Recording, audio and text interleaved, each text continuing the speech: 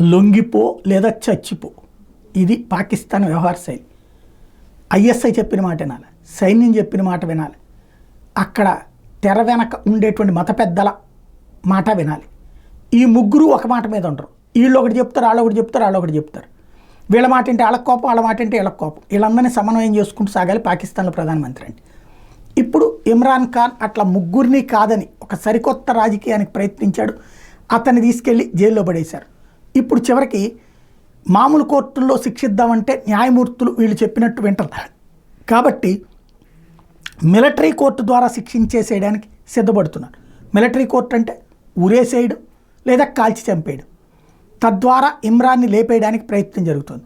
ఈ దశలో ఇమ్రాన్ ఖాన్కు ఉన్న రెండే ఆప్షన్స్. ఒకటి, వాళ్ళ మాట వినేసి, అంటే వాళ్ళకి లొంగిపోయి ఏ బ్రిటన్కో వెళ్ళి ఉండటం, ఇదివరకు నవాజ్ షరీఫ్, బెనజీర్ భుట్టో ఇట్లాగా. అలా కాదు అనుకుంటే ఎదిరించి అక్కడే చనిపోవటం. ఏం జరుగుద్దో చూడాలి.